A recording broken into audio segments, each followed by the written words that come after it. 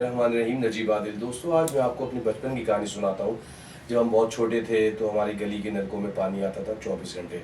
हमारे घर में गैस थी 24 घंटे, चाहे रात को कितनी देर से भी हमारे घर में कोई मेहमान आ जाए हमें खाना गर्म मिल जाता था।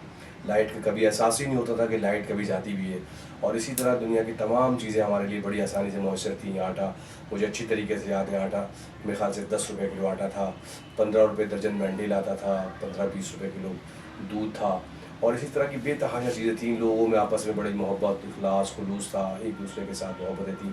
फिर अचानक ऐसा हुआ कि जमहूरियत का राग अलापने वाले लोगों ने इस मुल्क पे कब्ज़ा कर लिया। और फिर उसके बाद बताया गया कि आपको बहुत सारी सहूलतें मिल जाएंगी, आपकी ज़िंदगी में बड़ी तहाशा आसाइशें आ जाएंगी जमहूरियत के वक्त में। और फिर हुआ ये कि एक एक करके वो सारी चीज़ें हमसे दूर होती गई। पहले पानी गया, फिर बिजली गई, और उसके बाद फिर गैस गई, गैस चली गई। आज हमारे बच्चों की छुट्टियां हैं।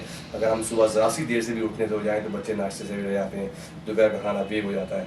तो इस तरह की तमाम मामलात ये हमारी इस जमहूरी हुकूमतों में हम लोग को देखने पड़ रहे हैं।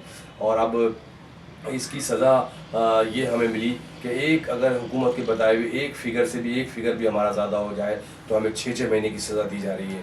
यानी कि 6-6 टाइम की सज़ा दी जा रही है, 6 दफ़ा सज़ा दी जाएगी। लेकिन इसका कसूर किसका है? असल कसूरवार हम हैं, क्योंकि हमने ऐवानों में चुन के उन लोगों को भेज दिया जिन्होंने ये चीज़ें कभी देखी नहीं थी। उनकी आंखें फट गईं इतना पैसा देख के, इतनी रोशनियाँ देख के, ऐसे मुल्क की भाग दौड़ देख के कि इस मुल्क में तो जिस तरह चाहे लूट लें, खसूट लें, कोई पूछने वाला ही नहीं है। तो ये मुल्क इसलिए तबाह बर्बाद होता गया, और आज जमहूरियत में हम सब कहाँ पहुँच गए हैं इसका फ़ैसला आप बहुत अच्छी तरीके से कर सकते हैं। तो ये मेरे बचपन की कहानी थी।